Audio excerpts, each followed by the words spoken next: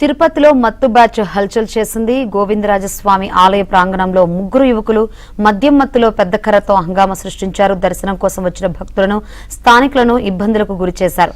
అడ్డుకునేందుకు ప్రయత్నించిన సెక్యూరిటీ సిబ్బందిపై తిరగబడ్డారు. పవిత్రమైన ఆలయ పరిసరాల్లో యువకుల హంగామా పట్ల స్థానికులు తీవ్ర ఆగ్రహం వ్యక్తం చేశారు.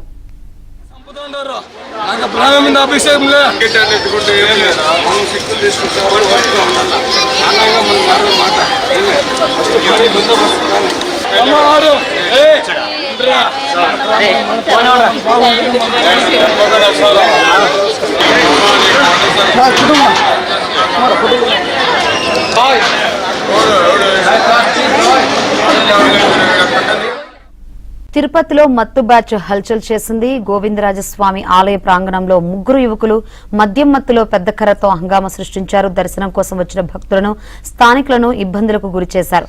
అడ్డుకునేందుకు ప్రయత్నించిన సెక్యూరిటీ సిబ్బందిపై తిరగబడ్డారు. పవిత్రమైన ఆలయ పరిసరాల్లో యువకుల హంగామా పట్ల స్థానికులు తీవ్ర ఆగ్రహం వ్యక్తం చేశారు.